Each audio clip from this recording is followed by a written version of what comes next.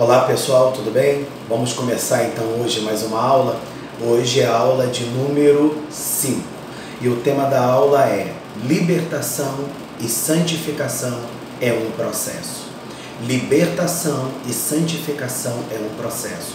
Isso precisa ficar muito claro na sua cabeça, até porque essa questão é uma questão que sempre que a gente vai dar aula, ou em seminário, ou em escola bíblica dominical, ou a gente vai dar uma palestra dentro desse assunto, sempre surge as mesmas perguntas. Então eu percebo que é uma dificuldade para as pessoas entenderem que libertação e santificação é um processo.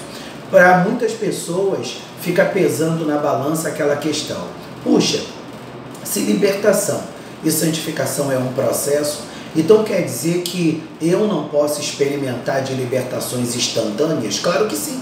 Quando a gente olha para a Bíblia, a gente vai perceber pessoas que eram possessas por espíritos malignos, pessoas que tinham enfermidades e que não eram enfermidades apenas do corpo, mas eram enfermidades associadas à influência de espíritos malignos, ok? Que a Bíblia chama de espírito de enfermidade. E você vai ver que quando o Senhor libera uma palavra, automaticamente aquela pessoa é curada, aquela pessoa é liberta. Em nossa congregação mesmo, a gente tem experiência de pessoas que bebiam, de pessoas que eram viciadas nas drogas, pessoas que tinham uma série de práticas na vida delas e quando elas se abriram para o Evangelho, elas experimentaram de uma libertação imediata, ok? Mas a gente não pode fazer de casos isolados uma regra. A gente precisa entender que, de acordo com as experiências que a gente viveu no mundo e de quão profundas essas marcas se tornaram, ok? De tão profundas essas marcas se tornaram, é óbvio que a nossa alma, por ela ter ficado colada, ok? A essas práticas por muitos anos, por muito tempo, é óbvio que o nosso corpo gerou uma dependência, ok? É como se você não conseguisse viver sem aquilo. E não é porque você entregou a sua vida para Jesus que isso vai imediatamente sair da sua vida. É uma coisa que eu sempre costumo dizer, que libertação é conquista de território, ok? Imagine um campo de libertação, um campo de futebol dominado por uma série de pessoas. Ou seja, esse campo de futebol foi colocado nesse campo de futebol inúmeros carros, inúmeros automóveis. E aquele campo de futebol ficou impossibilitado de ser usado por um bom tempo. O que seria uma libertação? Vamos dizer assim, esvaziar esse campo de futebol desses automóveis. Então você vai tirando um, vai tirando dois, vai tirando três, vai tirando quatro, até que o campo de futebol fica todo ele disponível para ser usado novamente pelos atletas, pelos jogadores. Então libertação é mais ou menos assim, ou seja, à medida que a gente vai vivendo experiências no mundo, o mundo vai nos marcando e o mundo vai conquistando certas áreas da nossa vida. É a área da sexualidade, é a área dos sentimentos na vida amorosa, é a área de temperamentos, caráter e etc. Então a libertação é esses territórios que outrora foram dominados por esses carros, vamos dizer assim, por esses males, eles novamente são reconquistados. Por isso que a palavra diz: conhecereis a verdade vos libertará. Tem como você conhecer profundamente a verdade de um dia para o outro? Porque a verdade é Cristo. E se Cristo deseja ter conosco um relacionamento pessoal, esse relacionamento ele não vai se tornar profundo da noite para o dia. É um dia após o outro. Então assim é a libertação. À medida que você vai se conscientizando da verdade, à medida que essa verdade vai tendo efeito sobre a sua vida e que você vai se apropriando dessa verdade, você vai fechando as portas, ok? E fechar as portas não é algo fácil, porque À medida que você vai tentando fechar as portas, aqueles males vão fazendo pressão, como se fosse assim: não, eu não quero perder essa vez na sua vida, eu não quero deixar de fazer parte da sua vida.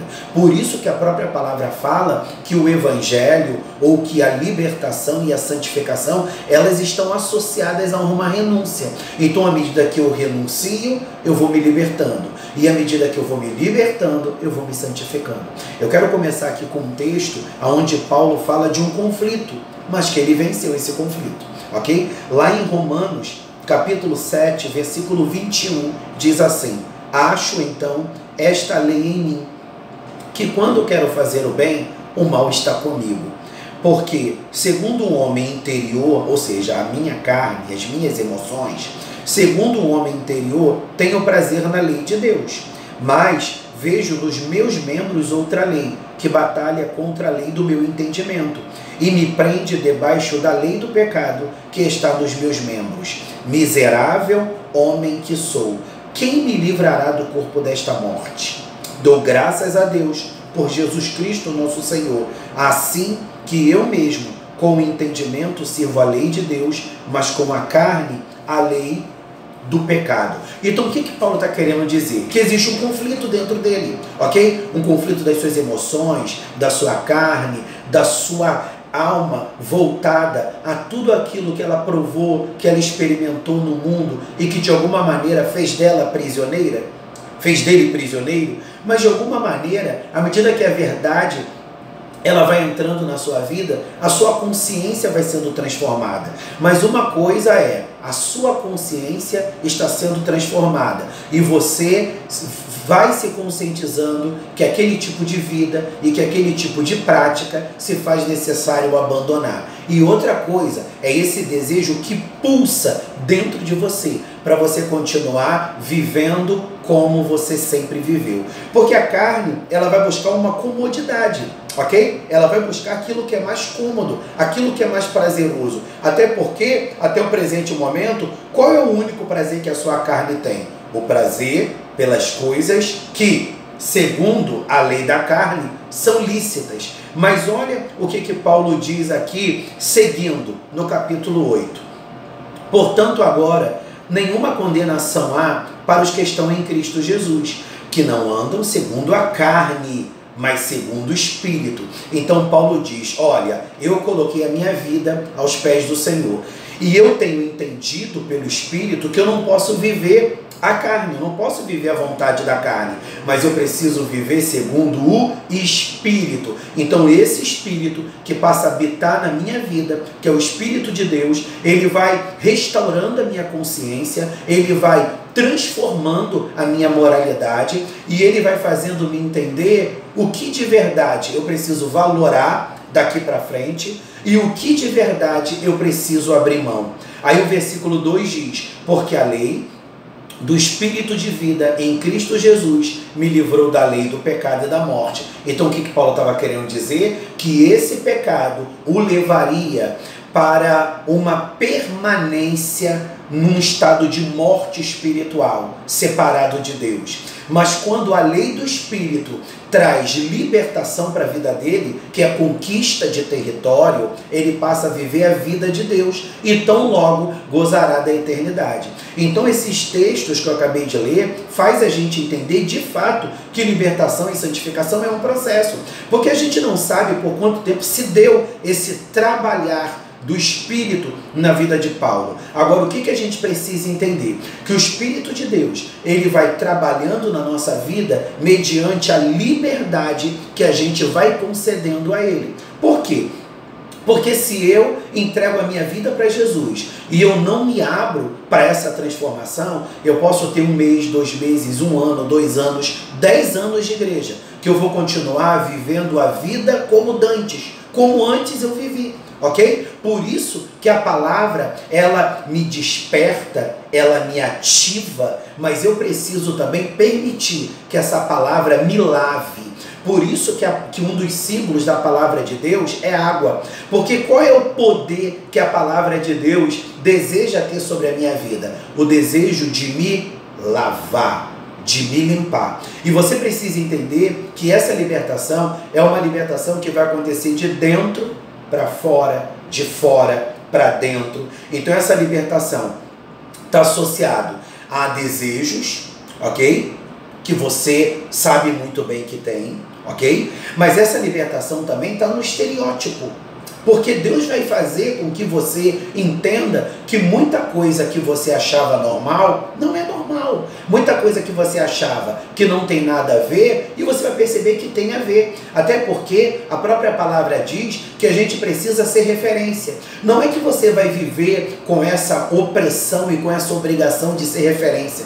Mas quando você nasce de Deus, esse desejo vai brotando naturalmente dentro de você. E você começa a perceber que é muito importante você viver essa metanoia, essa mudança de vida, para que outras pessoas vejam a mudança em sua vida e desejam experimentar dessa mesma mudança em nome de Jesus. Então, mais uma vez eu quero bater nessa tecla. Libertação e santificação é um processo.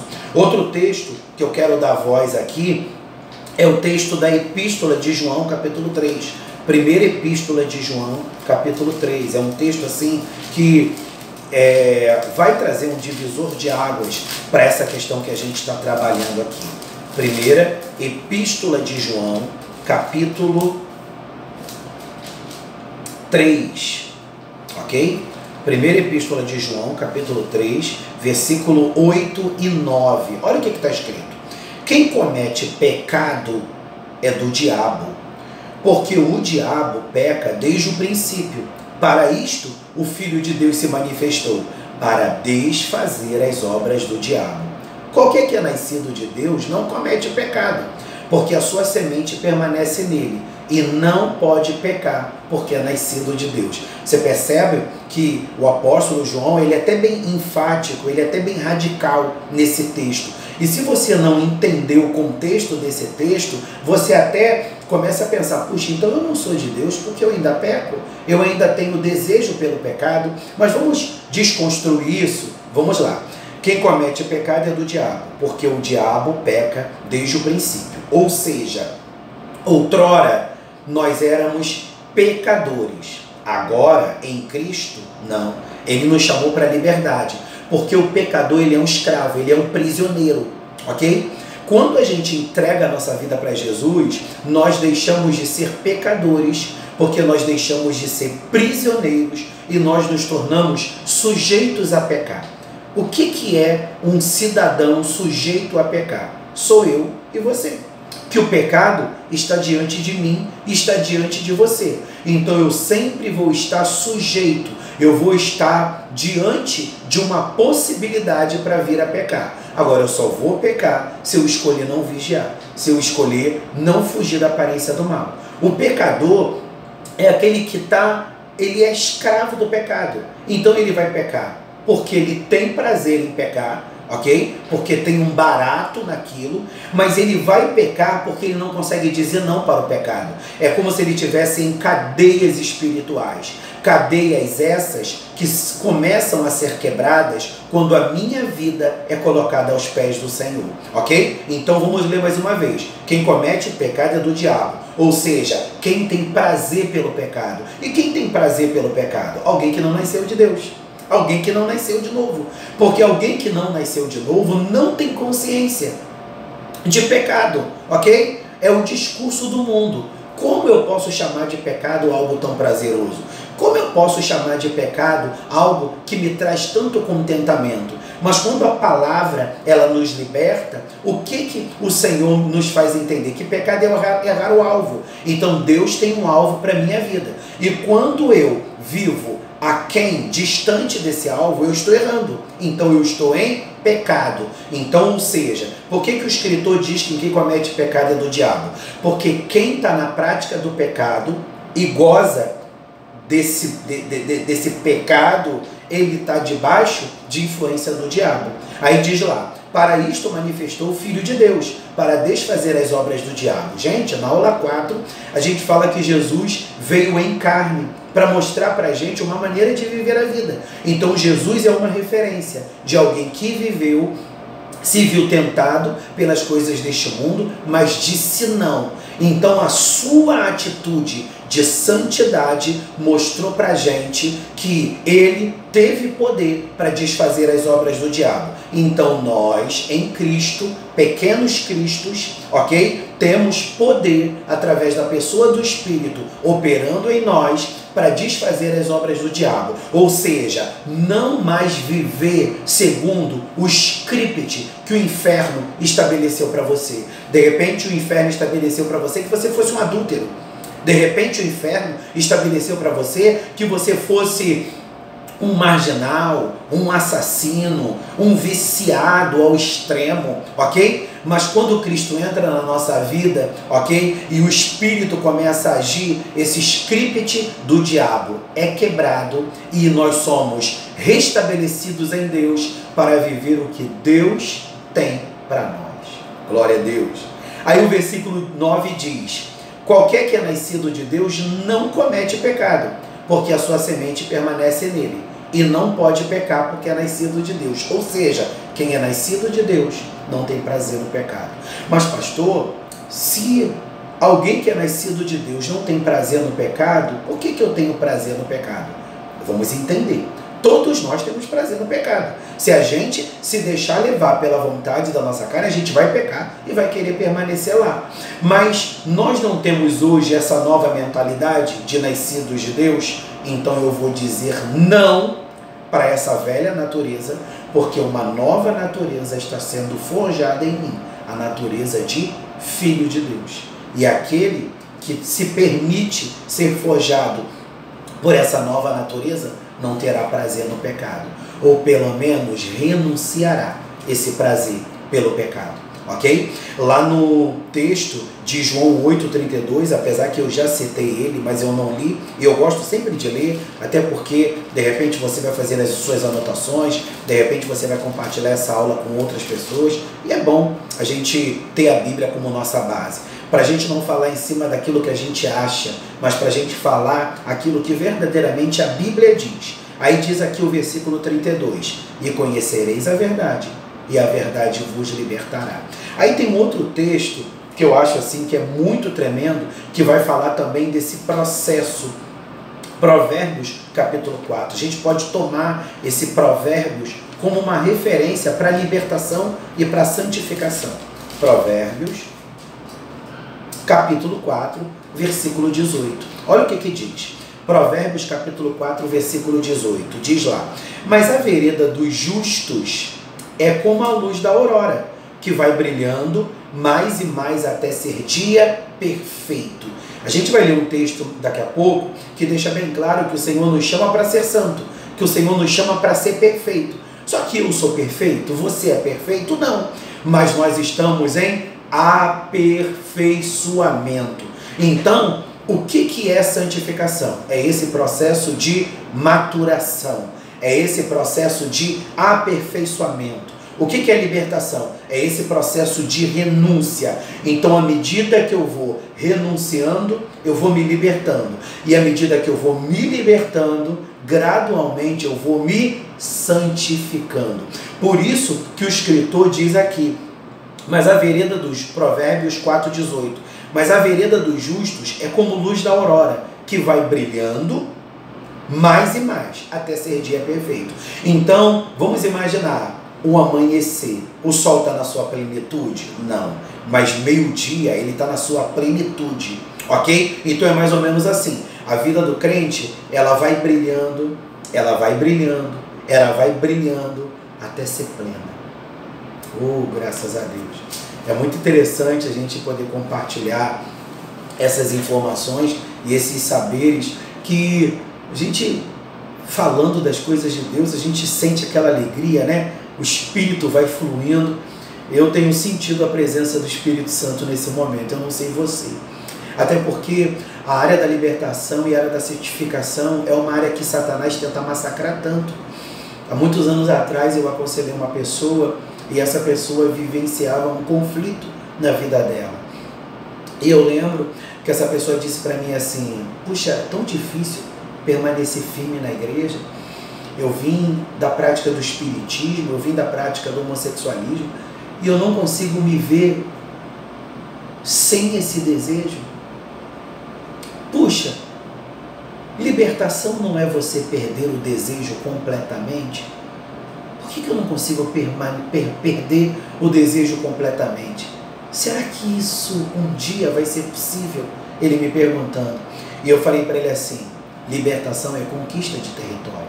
A sua carne está acostumada e viciada a essa prática. Então não vai ser da noite para o dia que você vai perdendo o desejo. Ou esse desejo vai perdendo a força na sua vida.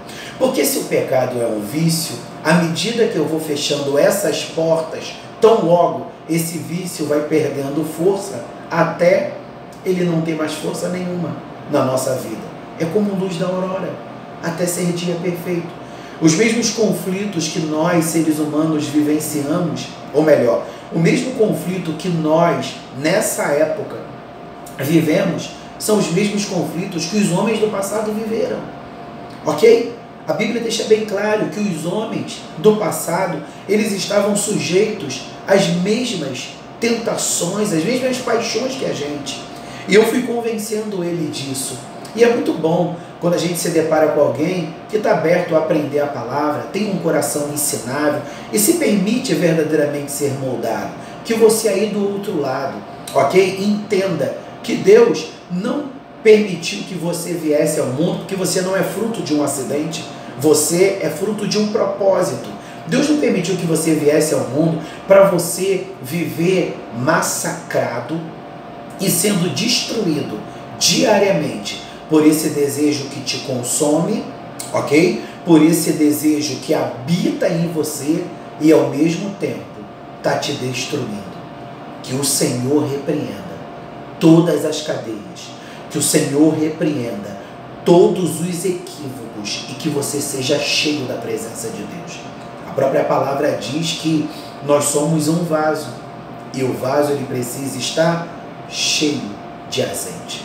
Porque se nós estamos cheios de Deus, nenhum mal conseguirá prevalecer sobre nós. Ele vai vir ao nosso encontro, ele vai tentar fazer ninho sobre a nossa cabeça, para que você acabe dando luz àquele desejo, ok?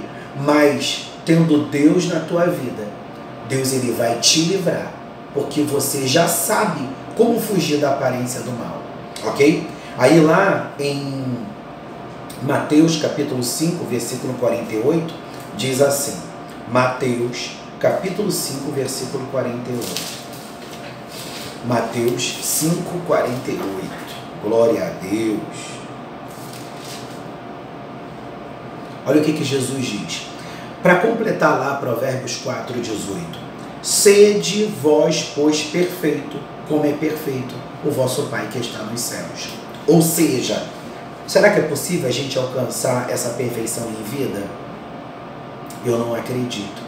Porque quando a gente olha para um homem chamado Enoque, ele galgou um nível de plenitude tão grande que Deus o tomou para si, ok? Eu acho que se é possível nós galgarmos esse nível de perfeição, a gente não vai ficar mais nenhum segundo aqui na Terra. Deus vai nos tomar para si, para que a gente não perca aquilo que a gente acabou alcançando.